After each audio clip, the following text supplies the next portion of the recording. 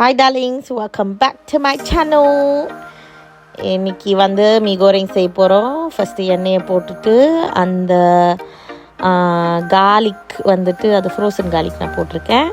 போட்டு நல்லா மறக்கி அதுக்கப்புறம் சிக்கன் தூக்கி அந்த எண்ணெயில் போட்டு நல்லா பொரின்னு பொரித்து அதுக்கப்புறம் சீ ஃபுட்டை உள்ளுக்கு போட்டு தவை போட்டு நல்லா பொரிச்சு இன்னும் பொரிங்க. அப்புறம் என்ன பண்ணணும் தெரியுமா, நம்ம நல்லா பொரிச்சு எடுத்துட்டா நல்லா வாசமாக இருக்கும். அதுக்கப்புறம் சாஸ் செய்வோம். இப்போ வந்துட்டு டார்க் சோயா சாஸ் இருக்குது, கொஞ்சம் எடுத்துக்கிறோம். அதுக்கப்புறம் நம்ம வந்துட்டு என்ன எடுக்க போகிறோன்னா, அங்கே வந்து என்னோடய ஹஸ்பண்ட் தெரிவாங்க கரண்டியில் லைட் சோயா சாஸ் எடுக்க போகிறோம். அது வந்து 2 கரண்டி.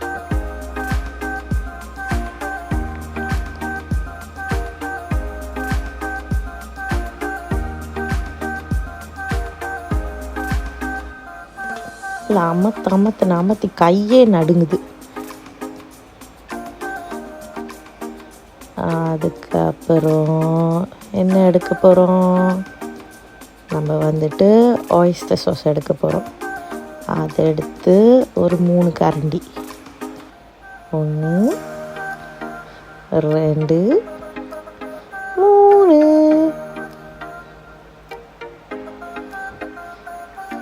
அதுக்கப்புறம் ஃபிஷ் சாஸ் எடுக்க போகிறோம். அதுவும் கொஞ்சோண்டு எடுத்துக்கோங்க. அப்புறம் போட்டு கலக்குன்னு கலக்கி அதுக்கப்புறம் கொஞ்சோண்டு சீசனிங் எடுத்துக்கோங்க.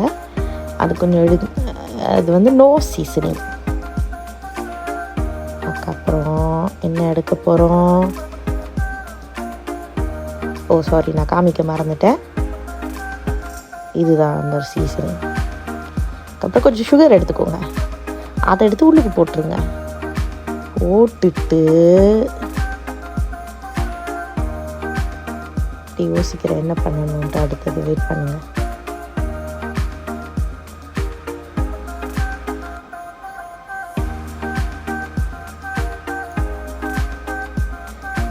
ஞாபகம் வந்துருச்சு, டொமேட்டோ கெச்சப் எடுத்துக்கோங்க. அதை எடுத்து திறந்து உள்ளுக்கு போட்டுருங்க. அதுக்கப்புறம் கொஞ்சம் சில்லி பேஸ்ட், இது வந்து நான் ஸ்ரீலங்கா சில்லி பேஸ்ட் யூஸ் பண்ணியிருக்கேன், ரொம்ப ருசியாக இருக்கும். அதுக்கப்புறம் நம்ம வந்துட்டு வதக்கிட்டு இருந்த அந்த பொரிச்சிட்டு இருந்த சாமான்